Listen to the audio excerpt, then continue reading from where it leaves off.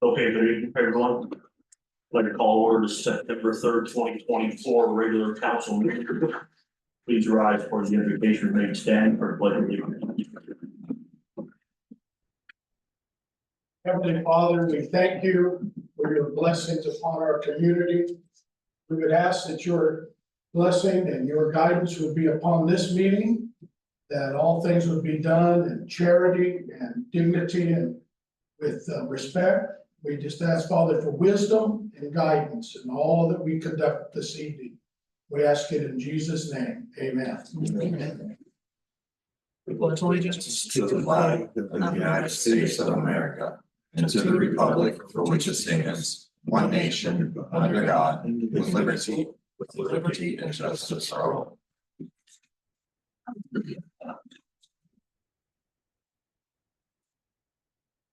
Okay, next the verbal roll call, council members present for the record. Councilmember Back, Present. Councilmember Joy, Present. Councilmember Perkins, Present. Councilmember Sexton, Councilmember Cooper, Vice Mayor Atkins, Present. Mayor Nickerson. Present. Next is the approval of meeting minutes from the August 20th, 2024 regular meeting. Are there any corrections or changes to these minutes?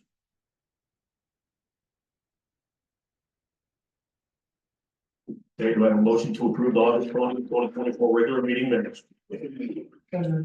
Second. All those in favor say aye. Aye. All opposed? Suggest one motion. Next on the agenda is unfinished business. Does anyone have any unfinished business?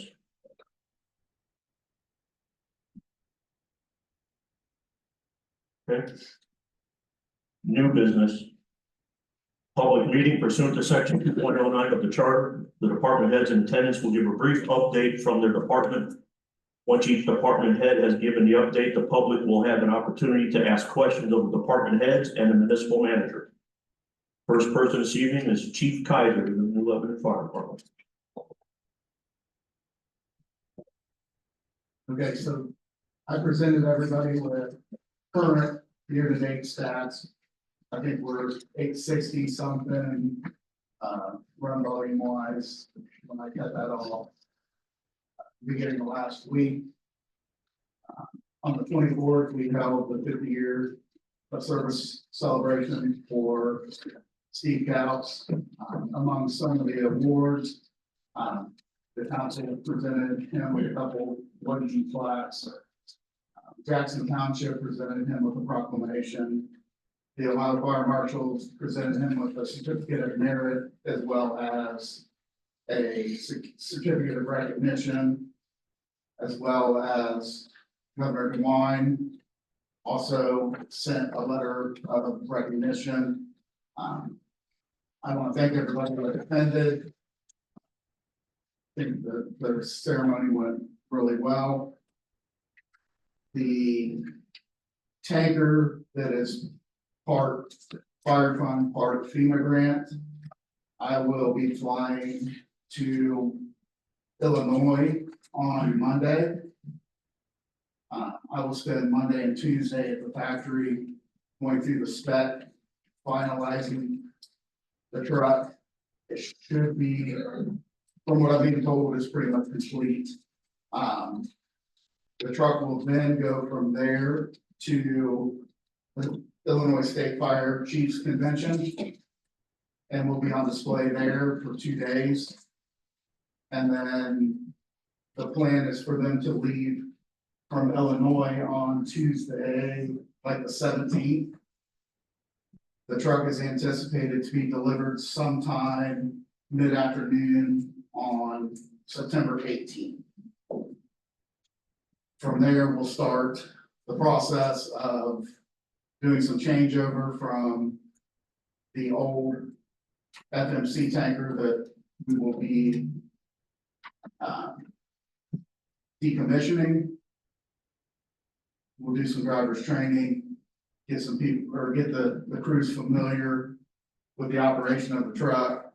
It's going to be a little different than what we currently have. It will be our first tandem axle truck. So there will be some a little bit of a learning curve driving wise, because it's gonna drive a little differently. As far as the FMC, which is a 1985, I have been in communication with a company called it's Engine 911 Funds. And they provide training and equipment to the more impoverished countries throughout the world. And the grant language, because part of the replacement is federal funding, is that the 85 that we would be getting rid of can no longer be serviced as a fire service vehicle in the United States. So I would ask you guys to consider at that point donating that 1985 to that foundation so that we can put that truck in service in a third world country. I think that's about all I have. I'll be in and out for the next month. I just wanted to kind of make you guys familiar with the way we talk and with the grant language as far as the old truck, because they're replacing it under safety concerns. And that's part of why it can't be serviced in the United States as a fire service vehicle.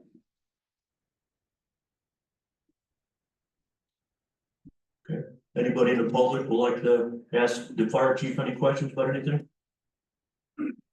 On council, anybody up here would like to ask the fire chief anything? Yes, sir. Is, what'd you say the ETA was on that tanker? So it is supposed to leave the Illinois State Fire Chiefs Conference on Tuesday, the 17th. The word I got today was they were gonna drive at least part of the way. Because my passenger car is about an 8-hour trip. Obviously with a truck that size, it's gonna be probably a 10 to 12-hour trip. So they're anticipating mid-afternoon on Wednesday, the 19th. And has it already been decaled? Is it already decaled for us? Correct.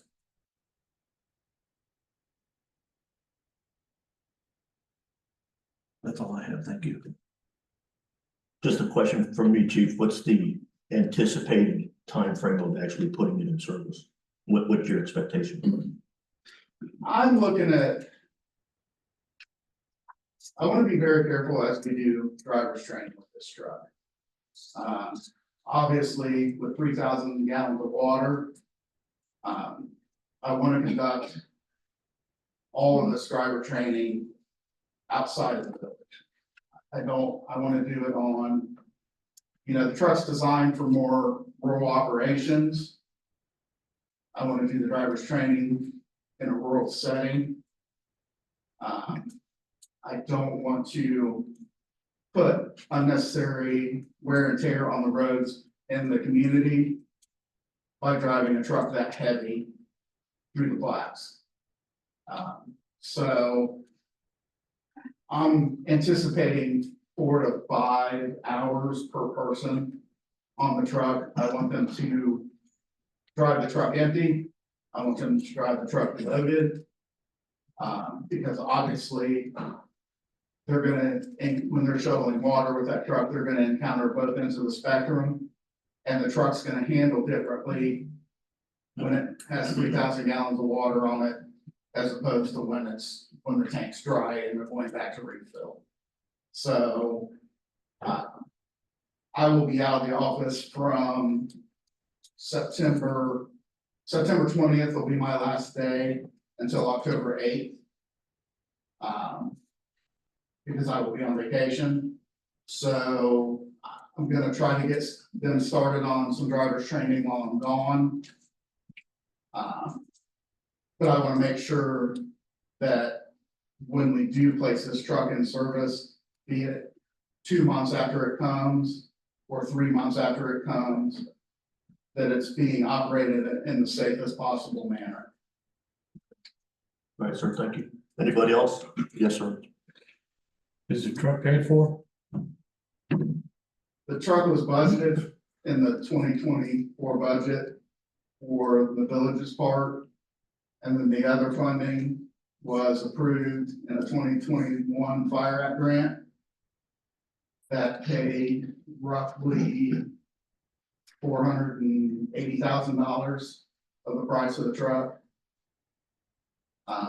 So I've already requested the funding today from FEMA to be forwarded into our account so that we have FEMA's share of the money when the truck arrives.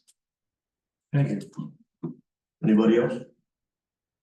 Okay, next person will be the acting police chief, Chief Workman from the Lebanon Police Department. I provided everybody with a breakdown of our stats for the year. So far, we've had 3,968 dispatches. That includes both call for service and self-initiated activities. So far, our total average so far this year is fairly consistent with our average from last year. And that's kind of a low end number. There's things that we do to help keep our dispatch fees down. And that includes dispatchers sending us messages to call people instead of putting a call in, us talking to people in the lobby and over the phone. So that number is kind of a low on the spectrum. We've taken 331 reports so far this year. Last year, we were at 284 at this point in time, so that's a 15% increase. So far, we've done 130 public records requests. Last year, total, we did about 60, so we're about double on that. Staffing levels, at this time, I anticipate that by September, we'll probably be at 50% staffing. I don't expect us to drop below that. I don't foresee that, but there's lots of places hiring, and with everything going on, officers are obviously looking at other places. So I'm working with the manager to try to keep our staffing levels up. We've adjusted our schedule to accommodate the current staff that we have. We have postings out there. There's currently 3 full-time postings, and I anticipate probably a 4th by the end of the month. Have people apply. We've had 2 so far. We'll run them through the process. Beyond that, projects that are coming up, tomorrow, Lisa will be here to do our annual audit. It'll be an in-person audit. We had one in February and passed it. So this will be that was a random audit from the state. This will be our actual annual audit. I currently don't have access to the system. So they're gonna set me up so that I have access to the program to do our audits online, so that they don't have to come out each year. The second thing that we're working on is the collaborative. That's through the state.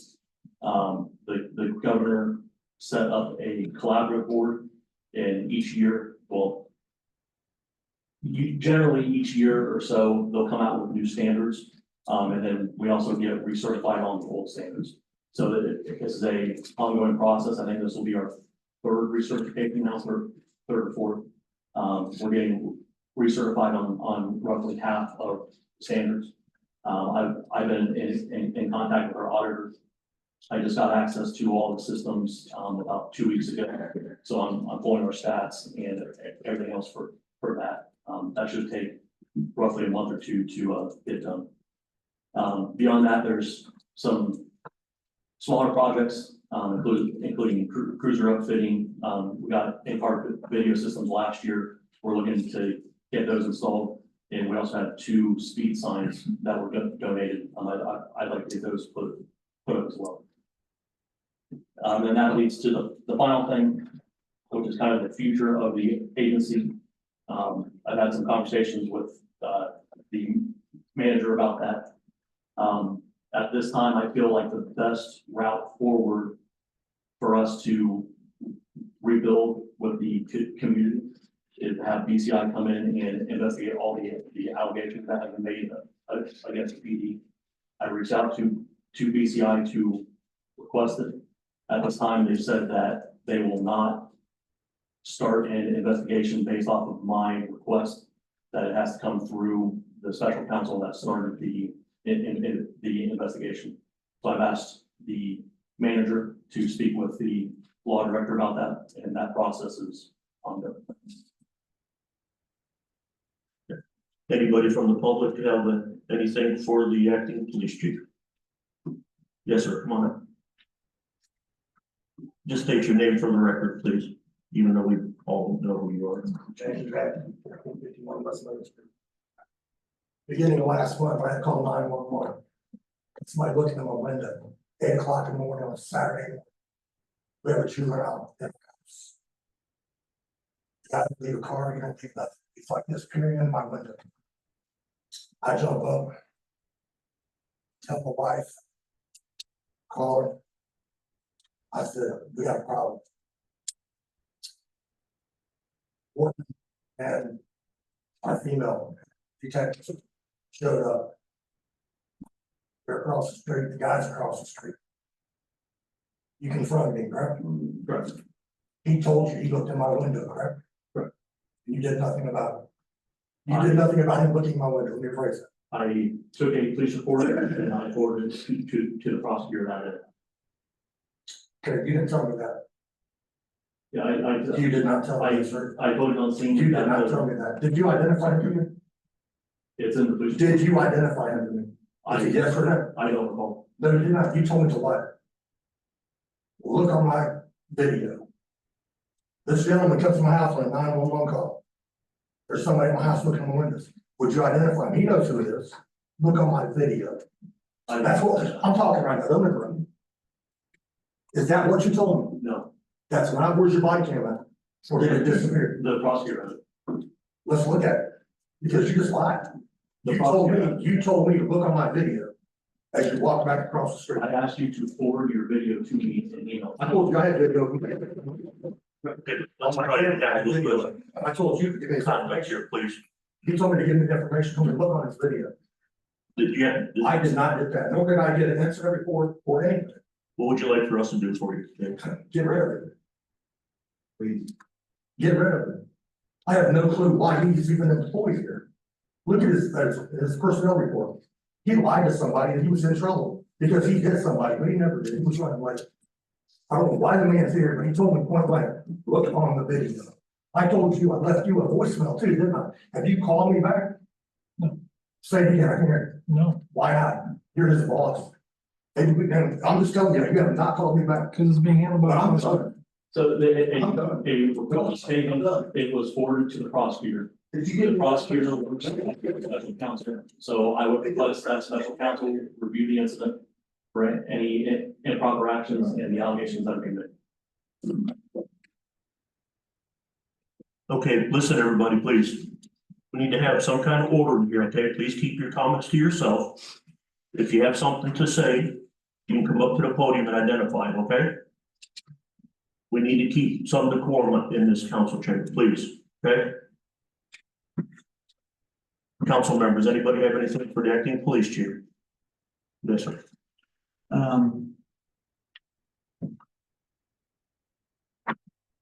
What's our staffing levels now? So currently we're Full-time. 60%. I anticipate at least one more person, going to another agency. So we'll drop it to 50% staffing level. And how many part-time? We currently have. Sorry, I think about it. 4 or 5. Are we utilizing them? We are. And,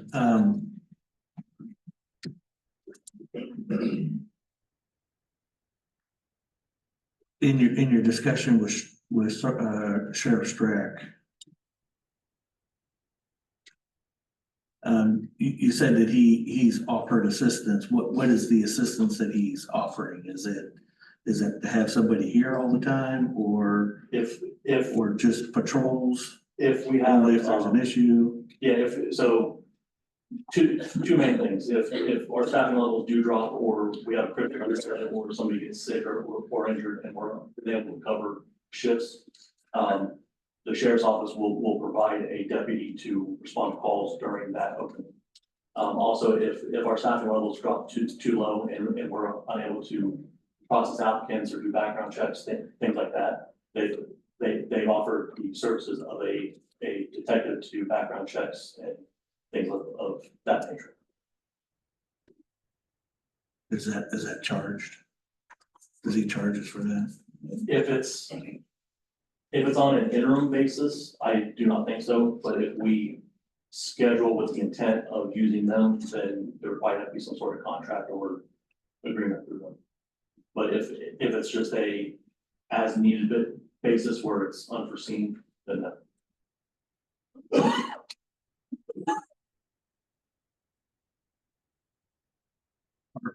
Are we still able to get two people?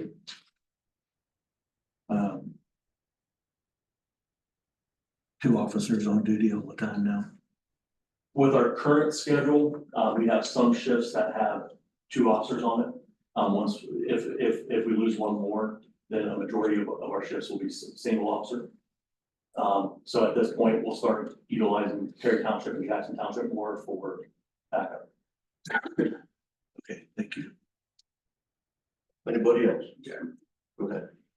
So you said that over the last year, it's words have increased around 15%. Do you know why that might be? Like what do you think's causing that 15% increase? It just calls all around are up. We have some problem spots in town that we're trying to address. And through addressing that, we attempt to warn people first, but at some point in time, there comes time where we start charging people. So each time that there's a criminal charge, that they do report. So we've had some problem areas in town that we've been trying to address, and that's increased our numbers. Okay, so as for like crimes and stuff, do you believe that there's been a big increase over the last year with that too? Our thefts and stuff, I haven't seen a whole lot of increase. A lot of areas around us are dealing with a lot of vehicle thefts. There's groups of people that are basically being transported by car into neighborhoods, and they'll walk car to car, open the car doors and stuff, and then once they find a unlocked car, they'll steal it. There is off-the-shelf products now that you can buy from O'Reilly's that if you find it in an open car, you can steal almost any car without keys. So we've seen a large increase in the areas around us. That hasn't hit here yet. We've had one instance of it so far. But our vehicle thefts, our property thefts, all of that are not increasing right now. A majority of the thefts that we have reported are known people, family members, friends, things like that.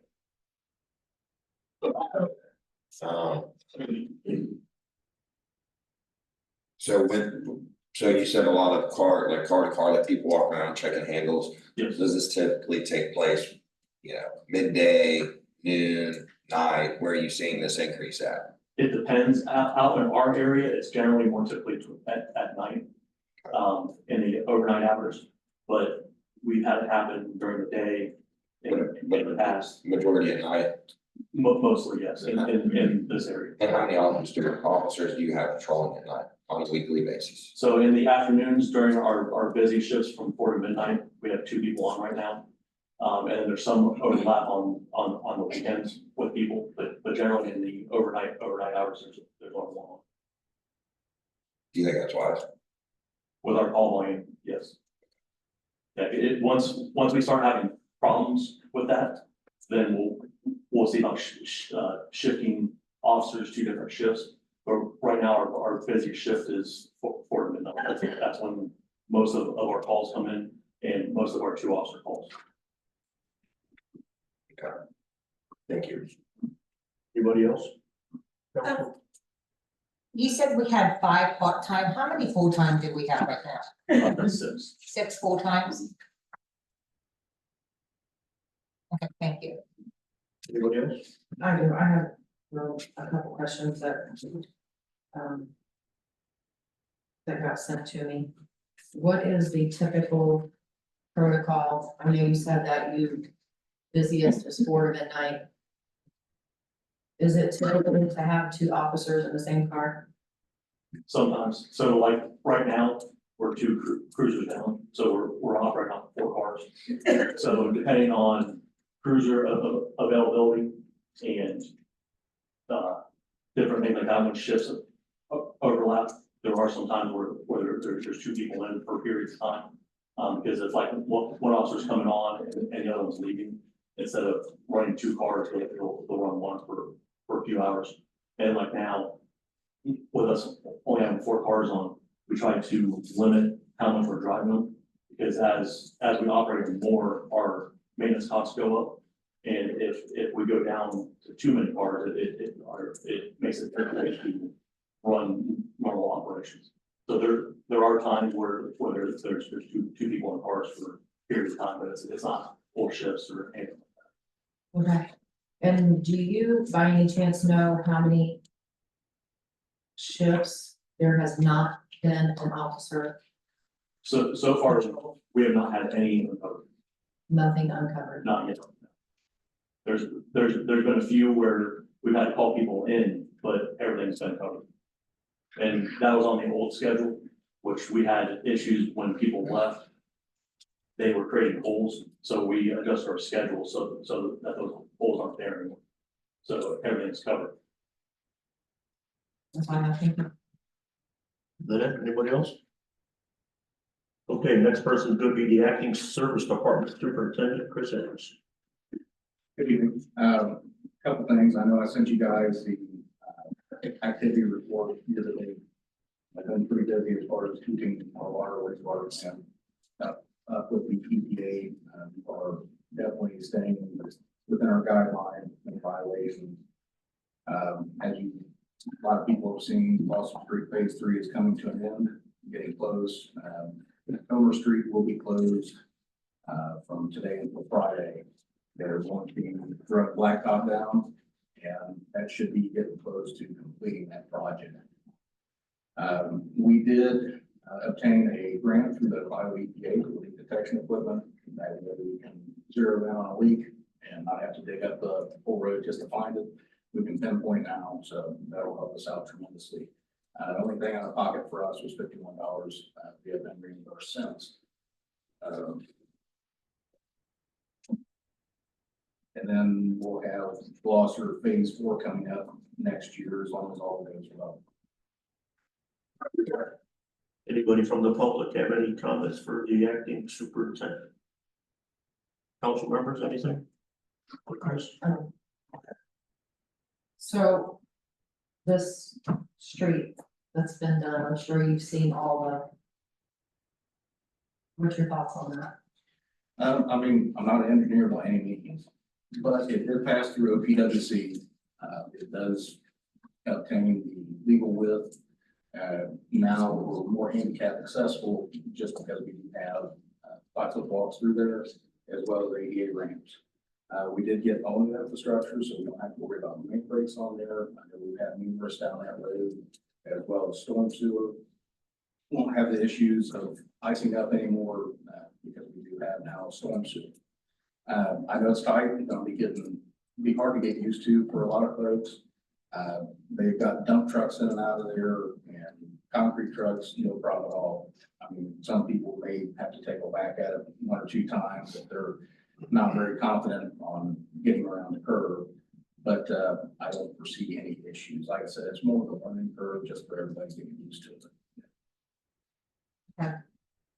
And then my last comment, not a question, is the lights. I didn't mention that, in the park. Absolutely love them. Had tons of compliments on the lights in the parking lot. So, definitely a great fix. So thank you. That was my guys. They did a wonderful job. Yeah. I do have, I know Rob called Denny Simmons in regards to Access Road. I'm waiting for him to get back to me to see what he can do with that. I did have I skipped over that, but I did was gonna ask about that too. And even if it is like really expensive, even that lighting did in the park just some sort of lighting, you know, that we could pivot to, just to appease, you know. If we could figure out where the shore is, we would have no problem. It's just pinpointing where that's at. That way we can have electricity to those lights. And I would like to eventually switch those out. Would be, want to be more cost effective to the longevity. Thanks. Go ahead. I say that you, replace some meters. Yes. Do you know how many more we have left? To be quite honest with you, I'm not sure. I know we had talked about getting some assistants to come in and assist with replacing those. Is that still being looked at, or It's is that still a viable option, but they have not had a chance to call or reach out. okay? Can you let me know how many we have left? Yeah, absolutely. Thank you. On run the meters, I don't know if you have an approximate, how long does it take to replace a meter? All depends. If it's inside, you're probably looking maybe half hour, 45 minutes. Could be longer, just if they have to run wires through the attic and so forth. Outside, you may be looking 20, 30 minutes, somewhere in there. That's as long as we can get the water shut off to it. There's times we have to run our back truck in and suck all the way down into the first house. So it's just delayed. Okay. And also, just to clarify, Gloucester meets, as far as you know, it meets all of the width regulations. Yes, sir. Standard. That all goes through PWC and everything has been done per print. Yeah, okay. So it passed through PWC engineers and everything. We got the stamp, so we're good to go on Yeah, it. so engineers are signed off on that. That's correct, sir. I got a question. Main Street, the trees, who's responsible for them? Are you talking in the right of way or are you In the talking? right of way? That would be our responsibility. You guys need to put them, because they are causing, people can't see coming out of the, if they're coming out like at the auto zone and everything. What it is, but they can't see there, but if you coming down, people backing out of driveways, they can't see either because the twigs are going from the top, from the bottom up. So, and then the top is coming down, so it's almost, some of them looks like it's just one big bush instead of a twig. And then, on Como Court, you said that it did pass everything. Who decided to put the sidewalks in? That's all part of OPWC. Because that's when they nailed Correct. the road because they took the sidewalk in, correct? And I'm not 100% sure, but I believe it does have to do with ADA compliance. So I believe that's why they put that in there. I don't know who this goes to, but someone did mention a couple banners, kind of coming down. I don't know which ones. I'll take it I right. missed that part of it. I'm sure I think it's by the school. Yeah, I know the wind plays wreaks havoc on. Yeah. To kind of dig into it, like. Yeah, I'm not sure where. I have to find out. That would be easier. Helpful. Okay, does anybody have anything else? For nobody else for Chris? Okay. All right, that person be the acting code enforcement administrator, Gary Long. As well, I gave you reports of what I have found since being here. Obviously, I didn't really start in the second quarter at the end of it, so I added July in. So you can see, May and July was really busy with the grass cutting. It's going to be slower than that.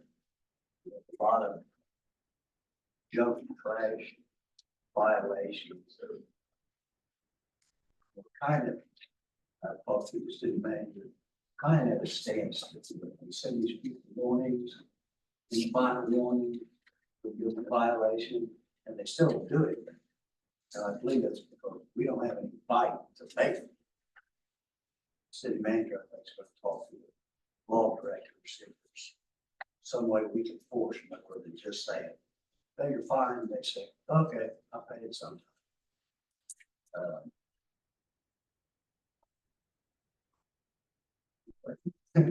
Anybody from the public have anything for the code enforcement administrator?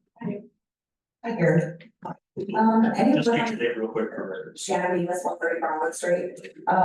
Any word on that tree on Broadwood that's slowly falling over and over?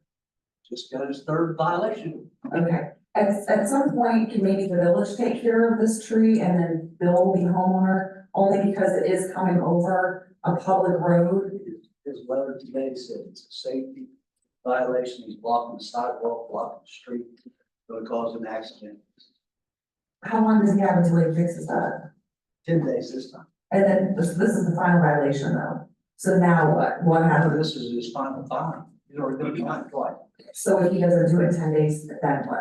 Will the village come in and cut that tree? So Shannon, I think before the village can get involved, we'd have to deem it a public nuisance. I believe this body would have to do that, Okay, before we can have our folks go in and do anything or hire a contractor to do something. So that would be the next step on okay. a couple of these properties, but we're not, And I it's not was gonna say, at that point yet. we have that in for just that situation. Right, oh no, I The don't. village has to do something. Correct. You I guys have- have a lawsuit.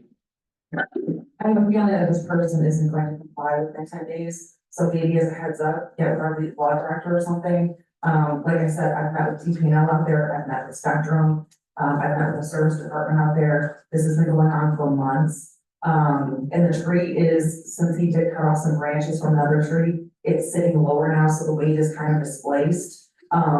It's gonna fall and it's gonna pull down this power plant, or it's gonna fall down on the car. I don't know how school bus gets to. I don't know how, well, there's a semi truck there today and a car couldn't get through, so you have to wait. So it is a public nuisance. It's frustrating and annoying. So if maybe you guys can get ready, because I have a feeling 10 days is gonna come and nothing's gonna be done. So, yeah, thank you. Anybody have anything for Gary? Yes, I talked with Gary and, it's a nightmare, to say the least from my understanding, because you have to send them a letter, and you gotta wait. Then you gotta send them another letter, you gotta wait, then you gotta send another one, and then another one, and basically even after they're getting fined, after, what was it originally, I think you said something about the fine one was like 30 days for some stuff, so it's like. 7 days, and they ignore every. And that's the last one, and cause there's been several places with just absolute junk on their property. Even with tall grass, I mean, the amount of hoops that he has to jump through, and then still at the end of the day, it's like, okay, well, we're gonna send you a fine. And if they don't pay it, it goes on their taxes, well, or however that works, so it's just a huge drawn out process that makes this man's job a lot harder than it really should be. I mean, we shouldn't have to tell people to pick up the junk in their yard. You shouldn't have to tell people to mow their grass. I mean, that's just crazy. But when I talked with him about this, the process that he goes through, props to you, man. Cause Well, it's even crazy. that, at the end of that 40 days, they still don't have anything. And you still say, well, I'll put it on your taxes. Well, if they didn't pay the first 3 fines, they're not gonna pay the taxes either. So that's something But that doesn't clean up the junk, so it sits there for a year. yeah, or longer, Or longer. so it deteriorates. So how do we fix this? So that's a conversation you mentioned to me before this, how we're working on a process to move forward. How long do you think that process will take until we have a resolution? Well, I need to look over the zoning code, and it's gonna be revising the zoning code, so whatever the law is around that, what's the process that's gonna have to take place. Yeah. Thank you. Anybody else? Good. I got a question, the car lot that's on Main Street, I know you've been there, the one that has the fence. They're still doing Colby Hill on that grass in the back. And There's no car, there's one car back there. they're not supposed to have any. No, I was on the zoning appeal board on that, and I voted on that, and I put in split things. Because we have another car lot that is meeting what we've said, that they can't have no storage of any cars unless it's for sale on that property, period. And they have to abide by that. I know, yeah. Did we check I'm that? sorry. Did We check looked that that up before, yeah. in that ordinance that they could repair a car back? No, they're not allowed. For sale? They Nope. said it. We'll pull the information and get with you. We did Because- pull an approval. on- Yeah, because we kept it for the same for both of them. They're not allowed to do no repairs, no storage of any vehicles there on that property. The only thing they're allowed to have on that property is sellable cars, and they have to only have 8.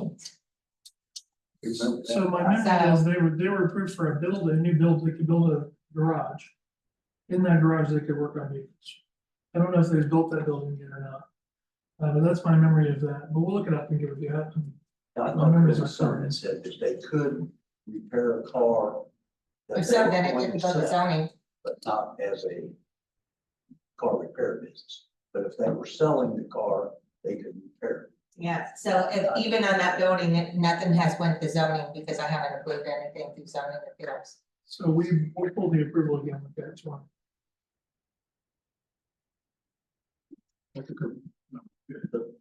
I just have one thing maybe we can throw in there, late check also.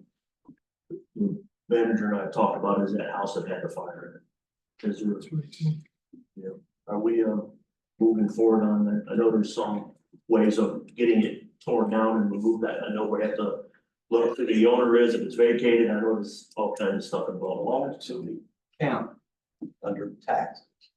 My understanding, correct me, but we would be responsible to demolish it at your call, village's cost. Now, since you say that, our guys had voted just recently, and they took more time to unload the mower than did mow it, because all of a sudden the neighbors are coming over and cutting the trees down and leaving them lay. So now the yard's about this big, it's all tree limbs. Again, we're talking with the manager, who's, is it, we call the service department, say, you have to call, but somebody's got to pay for it. So I had a conversation with the attorney for the Montgomery County Land Bank. Land Bank is interested in doing that work for us at no cost. The problem is so we need to update our nuisance ordinance over here, so they can come in and do that. So that's the process that we need to go through to do that. And it probably would not only fit that house, but also the one that you were talking about before and various others. Yeah, So you there's got- some code work that needs to be done.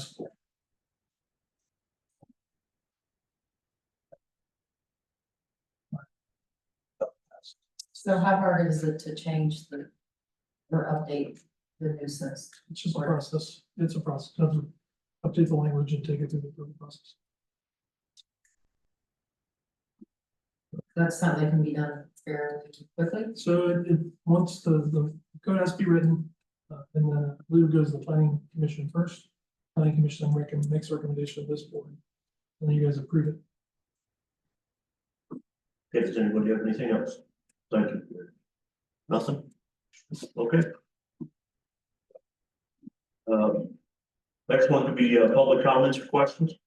I will call your name and address for the record. You will have 3 minutes to speak and be heard. Once your time is up, you'll be thanked, but no additional time is given and no donation of time by others is allowed. We will not be stopping your time, but may, if necessary, address your comments after you have finished speaking. First person this evening is Don Bear. I take that right, sir? 107 Glenada Court. Good evening. Again, my name is Donald Bear. I live at 107. My wife and I live at 107 Glenada. We're both lifelong residents. We've lived 65 years. We purchased our home in 1985. Tonight, I'm here to talk about 106 Glenada, which is directly across the street from us. Before I get into it, I want to first of all let Lieutenant Wharton and Mr. Long know this is not an indictment of either one of them. What I've been talking with them several times, they are doing all they can. I'm going to take their word. They're not. So anyways, 106 is a rental owned by Mr. Jones. Is that right? Okay.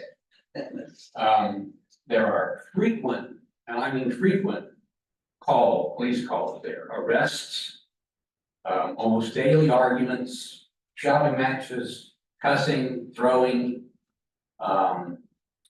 We've called the police numerous times, there have been fistfights. I was also told by the PD that methamphetamine was found in the house. They are numerous, what I was told by the PD are called couch cruisers. People come and go various, couple days here, they're gone, they come back. There's a mother and son that spend time there. I've been told that they have, by PD, that they have some mental issues and they self-medicate. Well, there are numerous times where they're out in the yard talking to people that ain't even there, trying to get us involved. We can't even sit on our front porch without them bringing it onto our property. There are small children there. Just before I left tonight, the girlfriend of one of the people that lived there was there with her school-age daughter. They park all over the yard. They drive around back. Just before I left to come here, they pulled 2 big truckloads of trees and brush and stumps around back. They pulled truckloads of junk and they dump it in the backyard. Numerous comings and goings of these people all the time. They'll come for a couple of days and then they're gone. They are all well known by the PD. Most of them have criminal records. The man that lives there permanently is on parole, which I'm not anti-parole anyways. All hours of the night, we were woken at 2:15 just the other week because of a shouting match and fights going on across the street. We call the police. They do what they can, but for the most part, they're hands tied. One of these days, somebody's going to get hurt seriously, or it's going to come down, they're going to bring it into my front door, and then something bad is going to happen if it shows up on my front door. The gentleman here, sorry, I don't know your name, but you mentioned something that you could consider a nuisance. I would strongly ask the council to label this property a nuisance property and have those people evicted or cite the owner into court and demand that he do something about his property. My wife won't even sit outside when I go on by herself. She's so afraid of what, because they'll come over to our yard. I trespass all over them. So thank you for your time. I appreciate it. Sir, you said 106 Glenada, that's your Yes, sir. home? Okay, directly across the street? I'm at 107, that's 106 is directly across the street. Got it, okay. Thank you. Right, yes, sir, thank you. All right, next person, let's see, Clinton Gold, 198 South Clayton. Good evening, everyone. I would like to draw your attention to the Village Voice. I asked about it online the other day, and no one would talk to me. They invited me to come up here and talk to you in person, so here I am. But would like to request that this document be placed on the record verbatim, so that everyone can see it. But really, the only questions that I have, is it true, Mayor Anderson, that you claim the auditor stated that Glenn Madden, the village manager at the time, always has someone from the county auditor's office audit the village and don't ask questions? Sorry, you repeat that? Is that a true statement? What? The Can you repeat it? The claim made was that the former administration only had Glenn on. Is that true? I don't know who's on it in the village previously, so I can't answer. Anybody else?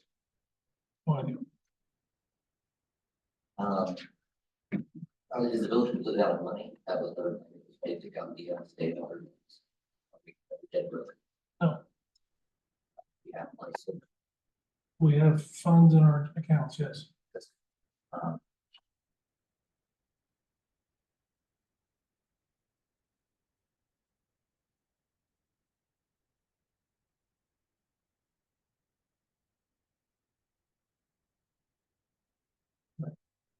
You guys want a copy of this?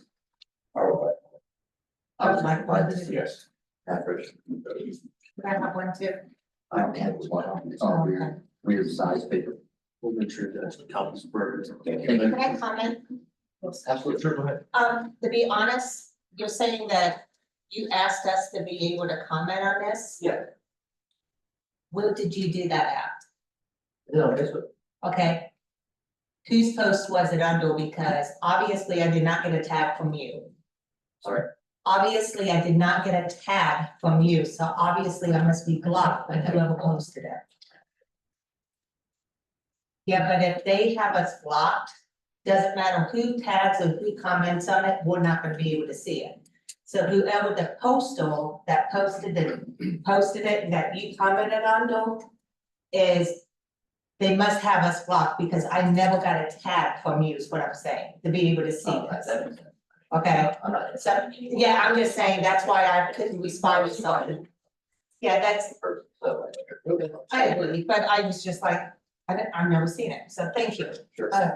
Do you think it's very professional for someone in your position to tag council members and speak on this letter that someone I've never represented myself in any capacity. and we're supposed to have a conversation on social media about this?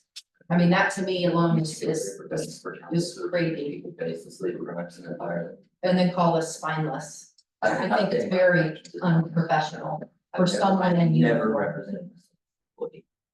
On Facebook. I'm sorry? Let him speak, please, employee. If I violated policy. I didn't say anything. I said it's unprofessional for someone in uniform to tag council members and ask for a discussion about civil matters, I don't think, lawsuits and whatever else. I don't think it is. If you think it's professional for Okay, council. well, that's your opinion. You're entitled to it, but this is my opinion. I think you're unprofessional. You're welcome. I'm gonna stand up for what's right, will you? So, Wait a minute, Mr. Go, we're not gonna have argument back and forth, please, okay? I offered you your time to speak, and we're getting into a conversation that's uncomfortable, so, okay. so the lady that posted that Bonnie Gross. I just. Doesn't even- He has been blocked. Okay, and being called spineless. Clint, when you've known me since we were kids. Man. Dude, I've had mad respect for you, and every time that you've ever stopped by my house. I've had the most respect for you, you've shaken my hand, and due to all of this, the way you reacted. Man, dude, you know what? I ain't got words for it. I really don't. Calling me spineless. When you've known where I've lived my entire life. And you didn't want to come up and talk to me, man, it says a really lot about your character. Okay, because I've always been okay to talk to you or any of the officers. You know, and like I agree with you, maybe some of the stuff that you say on Facebook and other, but I was scared. No, I don't. I just wish that as somebody that's known me from a kid. You know what I mean? That you would have at least had some respect for me, for the respect that I've shown you. For your years that you served, and as somebody that I grew up with, I have at least respect that, you know, instead of calling me spineless, maybe to stop on my house really annoying.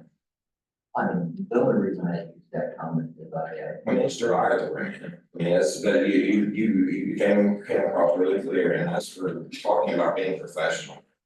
There's a few things that I can question.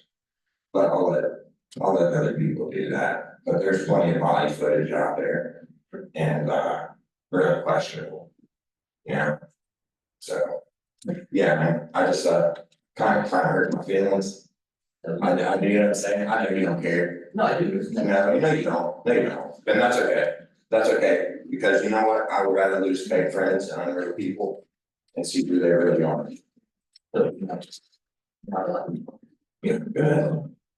You got, this will be your last one, we've gone over your 3 minutes, go ahead, I'll let you. Whatever, I don't. Okay, well, thank you very much, appreciate it.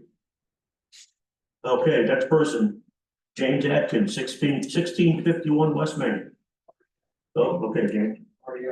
Yes, Okay, thank you. Natasha Farley, 136 Bromwood.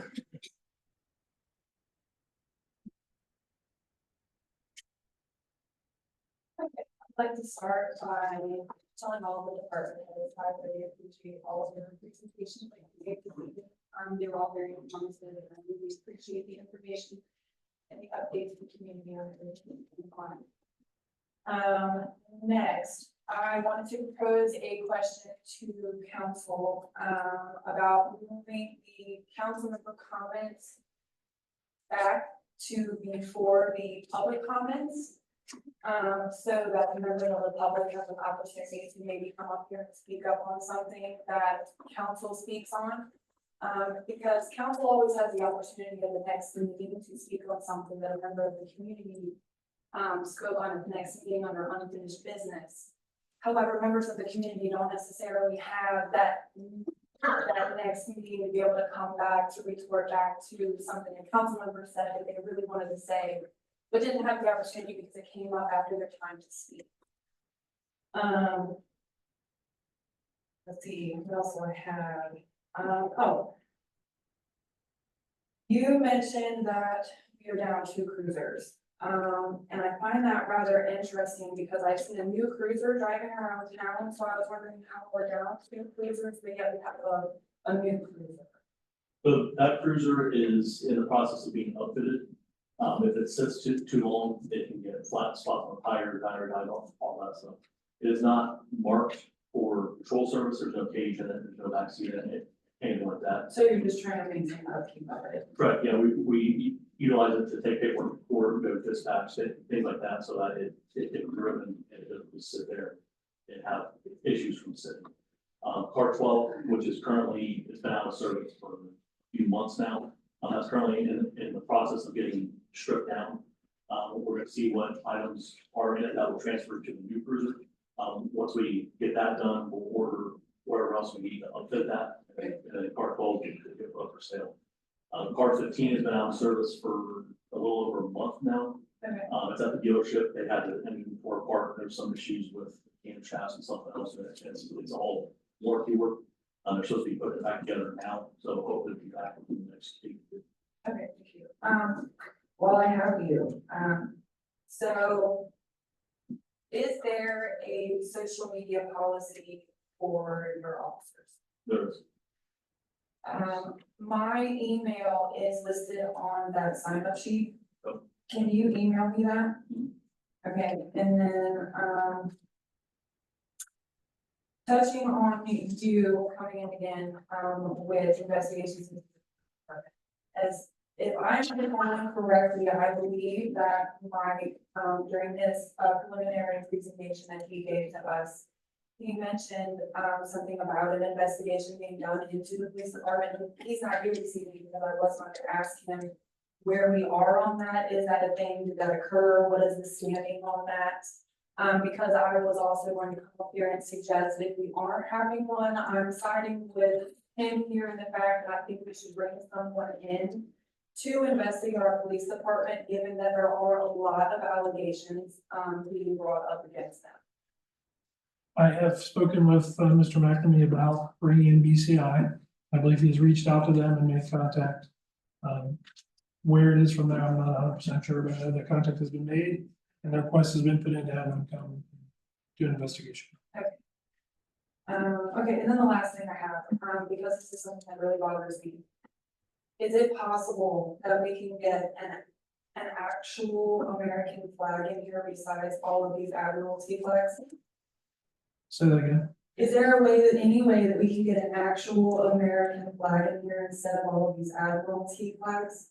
One that doesn't have all this yellow fringe around it, because that's an admiralty flag, it's not an actual flag of the United States. I can certainly look into that, absolutely. All right. If you could look into that, I would appreciate it. And other than that, I thank you all for your time. And you all have a great evening. Yes. Thank you for your time. Joshua Farley, 136 Bromwood.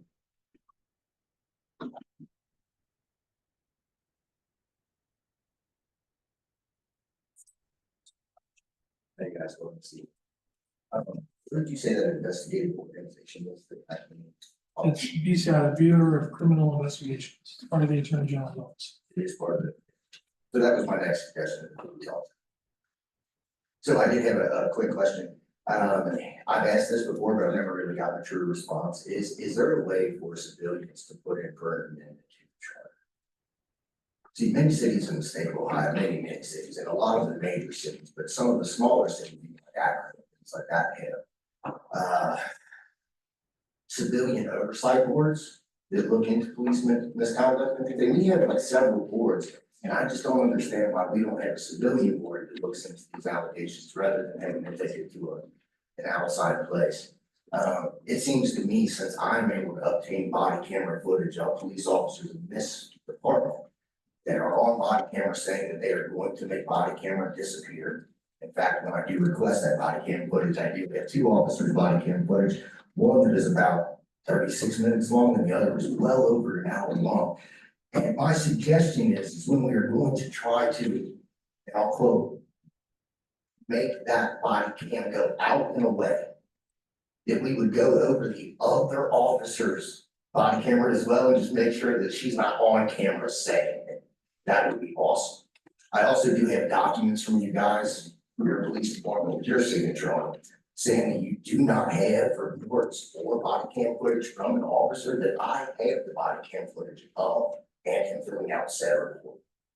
We need, it's not just me, and I don't want you guys to hear me up here bitching. I hear other civilians saying that we need to look into this guy and all kinds of other people. Mr. Bundy's been over here talking about him and his misconduct. Nobody is looking into any of these people. All of the allegations that I brought forward have just fallen flat. Nothing done with anything. I had an officer stop me in his civilian vehicle. Not even his, just a civilian vehicle trying to apply ORC to me in the middle of the road as if he's allowed to do this. We have to have some kind of oversight over what these officers are doing. I have heard since the administration changed, multiple council members say that they have been followed and harassed by police. We have no accountability for this. The guys quit, they leave, they go to somewhere else, and where are they doing this now? Place they're working there now. They need their certificates removed from them so they cannot continue this behavior. Behavior under a badge is dangerous, super dangerous. Thank you, guys. I respond to that real quick. Yeah. So Responding. council has appointed a special counsel to look into the police work. So if you have any proof, body cam footage, anything like that, I would request that all that get forwarded to them so that they can investigate it, because that's what they were hired to do. Now, Mr. Anderson, I brought this to you and you told me, like, you don't know where I should go with it. Is that, I mean, you and Mr. McElmey have told me, well, I don't know, we're contacting people to who you should complain to. Well, I got 9 complaints against these officers that I do have proof for. Not like me just saying it. I have body cam footage. I have denied requests from this man that he says, oh, we don't have that body cam footage. Joshua does. But I've got a report from him saying that we don't have it after a diligent search. Is that right? Why do I have it? Just like your buddy that came over here and talked good. Like I got 2 of his reports. One says that I smell alcohol and see signs of intoxication, and the other one doesn't. And guess what? The guy didn't get charged with a DUI that night neither, after he flipped his car over. Also, to follow up with my previous comment, BCI also said that if they receive a sufficient complaint from a civilian, they will also initiate an investigation. Can you give me the BCI contact? I would like to speak to them immediately. I have spoken to my rep of my state, who is taking me to the sheriff's office, who put me in the chief deputy's lap, who then sent me to these guys, which they tell me, oh, I don't know where to take it to. I obviously can't give it to you because you're the crew I'm asking to investigate. So if you go online to BCI's website, you want to look for the Southwest Ohio Special Agent Charge Supervisor. I believe his name is William Jones. His phone number and contact info was on it. That's right. He's in charge of everything in Southwest Ohio. Mr. Farley, Mr. real quick. Take a break. I've been dealing with this for 2.5 years. So I know you have. So I have a question. So you have a police report that says that an officer smelled alcohol and that that officer then stated he was under the influence of alcohol. He said that it says that there are signs of intoxication. And then you have another report identical that doesn't say that at all. I don't know. Can you get, I would like a copy of both of those. Yes, absolutely. We have, 3 hours of body, I would like an actual. I had 3 hours of body copy with people saying that we had an alcohol in the vehicle from police officers to civilians saying that they saw him stumbling out of the car, to paramedics who said in the report that he was drunk, they could smell the alcohol emanating from him, to the fire department who was at the scene of the accident and said, came to Mr. Doe and said, hey, there's alcohol in the vehicle and he does seem to be impaired. Now, this is all on body cam. Not even in time. I have, hold on, I have On scene, where's your, taking this, what Harley, works for you all? I have, this time's up. Crooks, they also, Finish up. and then you said you have another one of officer saying that they were gonna make body cam disappear. Yeah. Okay. Can I direct that Yeah, question? sure, my bad, I don't wanna misquote, I'm gonna make that body cam go out and away. Oh, and in her body cam, I'm gonna Companies I'm back to. I was like, Sure, absolutely. Mr. Word, is, if that's the case, isn't deleting body cam footage tampering with evidence? It is, So, it's a felony I offense. don't know what incident he's referring to. Yes, So you that- The Craig Roberts incident, So you're like. So all of that body cam footage, as well as those allegations have already reported to the prosecutor and special counsel. I'm just wondering. So. I get you know, you don't understand that, but is that going to be, you're not to them that right, with deleting body camera footage? it's absolutely tampering with her. If body camera footage was purposely deleted to hide evidence, then yes, that would. Okay, my next question is. For the alcohol, if you as an officer are on the scene and you find alcohol in the container of a car, He did. do you have to administer a breathalyzer? Yeah, so I'm not gonna comment on specific cases, especially when I'm requesting the BCI to. Yeah, okay, so. But in general, it is not illegal to drink and drive, that is some people will OVI. It's illegal to have an open container in a motor vehicle, but just because you had a drink does not automatically mean that you are under the influence. But she's So- gonna what? Go ahead and wrap this up, okay? Well, why was he arrested for his own candidates in the vehicle? That's what I was saying. It's not, and we don't arrest for running the container, the. Or working in the trunk while driving. Mr. Farley, if you were, I'll say one more thing on it. Mr. Farley, if you can provide us with copies of everything, that would be awesome. And then we'll go from there, okay? Thank you. Okay, Tina Bell, 301 Blossom. Hi, morning. I have a few things. First of all, before anything gets submitted to y'all, who writes the voice, the village voice? Who even is that? On purpose. Somebody that doesn't even live here. Okay, I wanted to give a shout out to Tim Back, for the great fireworks show that we had recently. The other thing I wanted to know, we've been hearing a lot about time clocks off and on. Do we now have time clocks? Do we not? Why do we not? And is it in the works? So we do not have time clocks yet. We have a lot of turnover and a lot of change happening in these departments. That's something that should be implemented by the permanent staff member who's gonna take over the department. Okay. in my opinion. Also the website. I don't know who's in charge of it or how we go about getting that. I don't know what's going on. I've actually contracted with a company, they're starting the redesign of our website. Good. It's gonna take about 6 months, but they are under contract and are working on it. Awesome, that's great because it's very uninformative at this point. Agreed. Let's see, service guys, thank you again for help with the neighbor. There's a lot of going on right now. Yeah, we need to knock on the door. We appreciate help. Okay, as for the garden, I think it's gonna be closed down at the end of the month. We saw tomatoes and peppers. Everybody go get some. There's a few pumpkins still. So, other than that, I think we're just gonna try to, keep it open for cleanup and fall prep. So anybody that wants to help with that, contact me or Mayor, that'd be awesome. Also, blessing box, there has been, I don't know if anybody else knows, a lot of complaints about the blessing boxes. There are 2 vehicles that I know of that I've been informed about anyway. And they continue to hit the blessing boxes up and take everything every day, all the time. I don't know if they're staying watch or if they're watching our posts on Facebook. So a lot of people are requesting another blessing box. We don't want to take it away from anybody. I did talk to the pastor up there at the Brethren Church today.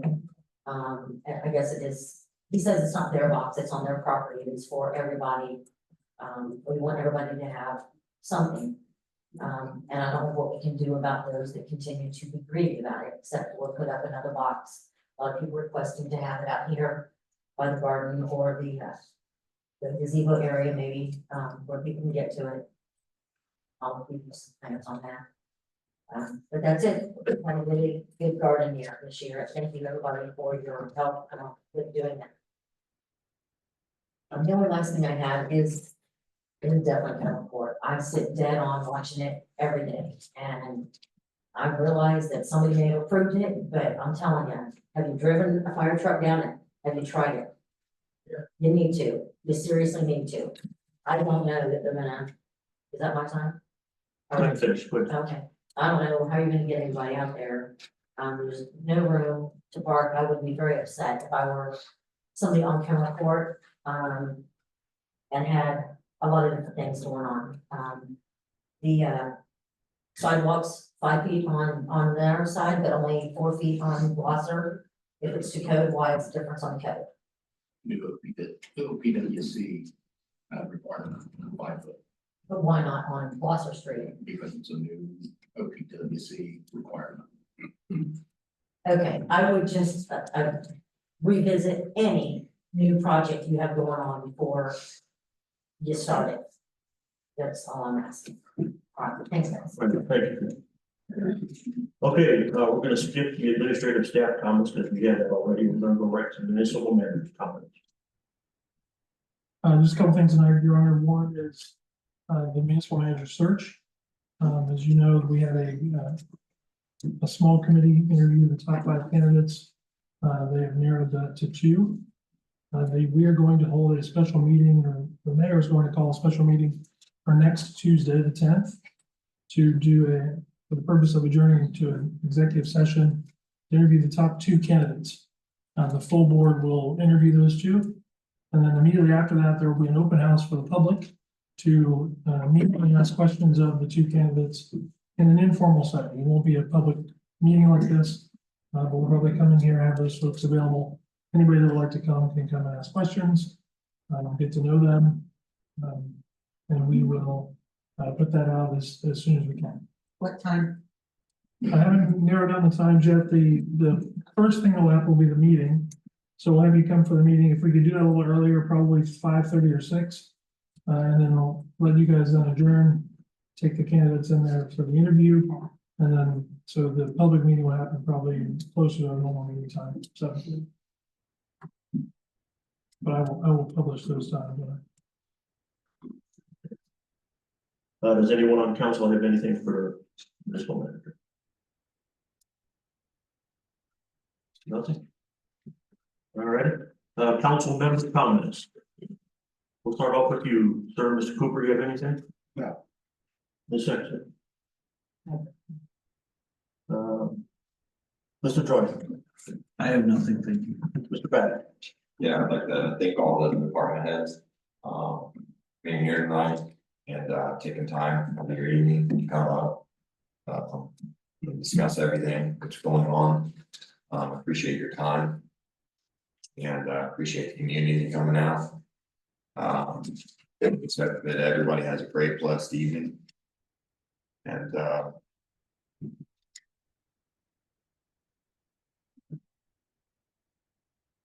wish comments on Facebook would just calm down until everything is finalized. I know people are unhappy on both sides, it is what it is. We as council have no control over BCI. We have no control over any of the attorney general auditors. Just wait until it's done. Tonight, a man came up here that I've known my entire life from kids. And because of all this bull crap,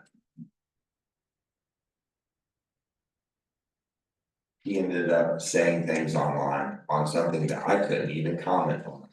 And he knew where I lived. And it's fine, I've forgiven it.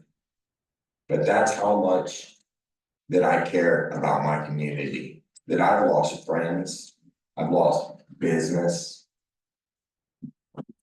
Because I care about this community. And I'm just asking that everybody just wait till this stuff is done. There's a lot of stuff that needs done, people. Rome wasn't built in a day. I know we're a lot smaller than Rome. There's a lot of issues and we got people that do care. And the people that are on Facebook, the inner voice, they're not an official newsletter. And all they want to do, if you listen, is stir the pot and talk about how the new council members are bad. You don't need somebody to tell you that people are bad. You can develop your own opinions. You're adults. Let's act like it. I can't believe I had to sit up here and watch somebody that I've known my entire life disrespect me. That I've shown the most respect to the police every time they've came to my house, the fire department, and even our service department. And even other council members that I might not agree with on everything, and that's fine. Let's be adults, people. That's all I have. Thank you.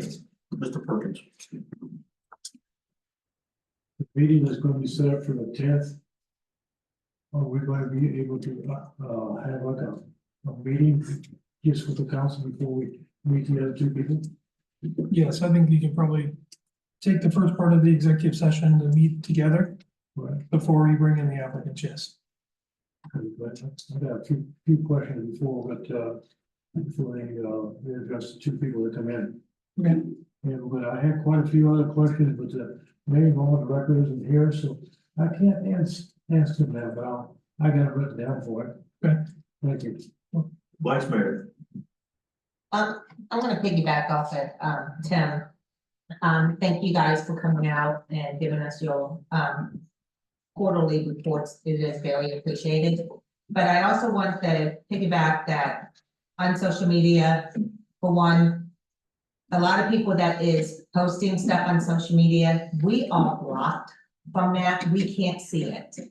So when they're trying to post it, they're not gonna get our feedback anyways, and that's what they want. They want to show that we're not gonna feedback. But social media is not for us to be able to debate about what's going on. And if somebody really has a true question in our community, they need to come here. They need to speak at the meeting. They need to come and address it here. Questions and answers will get answered if we come to a meeting. It's not gonna get answered on social media. Even if I did ever see anything, I am not gonna comment on it because I'm not gonna go to that level. I don't believe that's where we need to be. I don't believe that we need to have it on a debate on social media about stuff.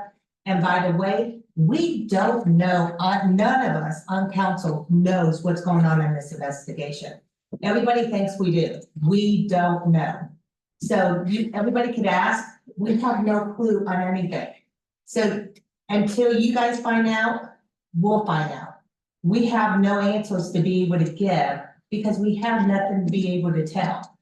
So bottom dollar, we all just need to get along and be able to just move forward. And when the investigation comes out, then everybody will get their answers.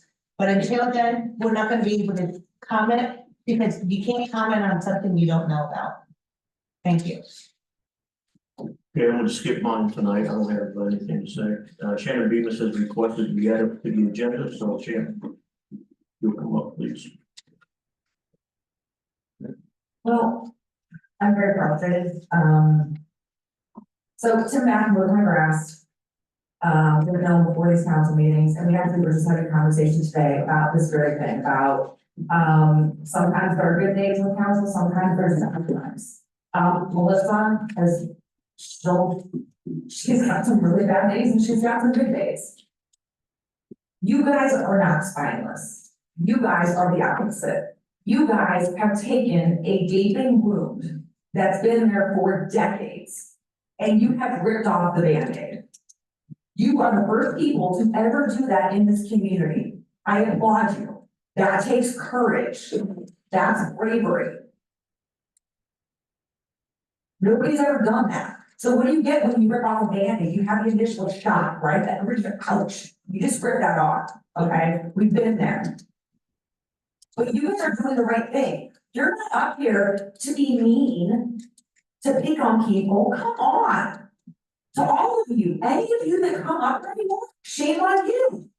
People steal money. Mr. Joy, did I not give you proof that there was stolen money at the one meeting? Okay, I did. If anybody wants to see it, you can request it. Money was stolen. Money, there were so many things done wrong. I am not the AG, but if little Shannon Beavis can find all these things, guess what? The AG is. I try to keep my cool. I try to be nice, but for anybody to call these people spineless, for the small group of people to sit up here and to challenge a community or a good old boy system, or that's been going on for so many years, do your jobs. Do your freaking jobs. That's what I say. Do your jobs. You don't have anything to worry about, right? Don't steal money. You don't have anything to worry about, right? You guys are brave. Each and every one of you are brave. And I appreciate it. Because you did something that nobody else would have the courage to do. You see something's wrong. If I see a woman screaming, getting attacked, let me guess. You two are just gonna sit there, right? Turn your heads because that's what you do. You put the blinders on. No, these people are gonna sit here and they're gonna go and they're gonna help because that's called the right thing to do. That's called having ethical moral standards that you two have nothing, none of. So they're challenging, they're going against the numbers, the people that have led here for years, the George Marcus, the Glenn Madden, the Annie, whoever else led before. So they are sitting here and going against the norm, which is hard to do, socially unacceptable, and they're doing a very hard thing for the better of our community. You want to talk about who's this done, who's this done? You know what? Let's go back. Let's go back then to every single meeting, the hundreds and hundreds of thousands of dollars that none of you knew was being spent. Money that's being transferred illegally. People that work here and do nothing, absolutely nothing, and get paid money. If you don't want to work here, then I'm about done. My patience with this is now at level 0. I'm gonna start showing videos. I'm gonna start calling people out by names. I really don't care. I don't care. I have my husband and my kids. I'm good. I don't need any of you. I need to go to bed at night, sleeping well, knowing that every day I try to make this place a better day than it was when I woke up. And that's what I do, and that's what makes me sleep good at night. Okay? Why don't we get potholes fixed? You know, I've been driving around, I haven't seen any roads that are potholes. Potholes, the bathrooms at Downers Park, they need to be open. It's a public park, it's a public bathroom, the taxpayers pay for that. I emailed you, Pee-wee football coach has practice Tuesdays and Thursdays nights, he'd like to use it, the police department used to open it, close it, we really need to get back to that. It's a bathroom, it needs to be monitored then, whether it be the police department, whether it be the service department, once a week. We need to start taking back control of this town and stop tippy-toeing around some people. Okay, the bathrooms need to be open and closed, whether your department does it, whether your department does it, they need to be open. Period. Okay, we've had a shortage out in Industrial Park for years. I know there's a short, there's a short in the way. Let's get it done. The hometown hero banners that you can't miss, seeing flapping in the wind. Fix them. All right? But I appreciate you guys, because. I mean, bravo, I could not do what you guys did. You guys went, you did the right thing. You were calling out illegal, immoral, unethical, whatever behavior it is. You guys are heroes to me. I wouldn't care what anybody else says. So you're doing the right thing, that's what matters. So have a good night. All right, thank you. Okay. The next regular council meeting will be held on Tuesday, September 17th at 7:30 p.m. At this time, do I have a motion to adjourn? So moved. Second. Councilmember Perkins, Yes. Councilmember Cooper, Yes. Vice Mayor Atkins, Yes. Councilmember Joy, Yes. Councilmember Sexton, Yes. Councilmember Back, Yes. Mayor Nickerson. Yes. 7-2. All right, thank you, everybody. Appreciate that for coming up. Thank you.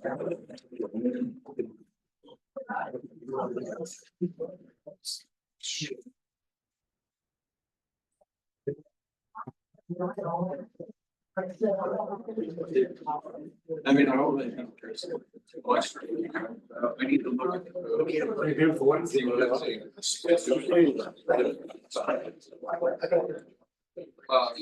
the names up there. I don't think.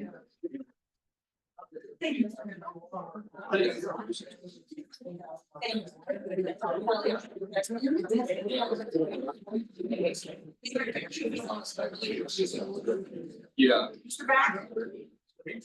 Yeah, I'll talk to Mike, reach out. I mean, realistically, the big thing that done is you need to make it. You can get some. Remember there. I've painted them. Well, we want to go this, you know, you don't keep it your search.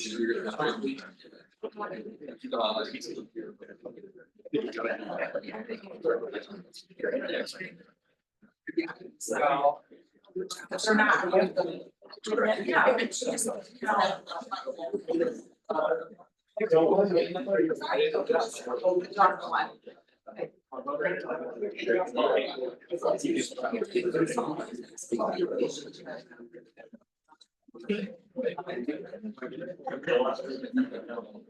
I'm still like your daughter.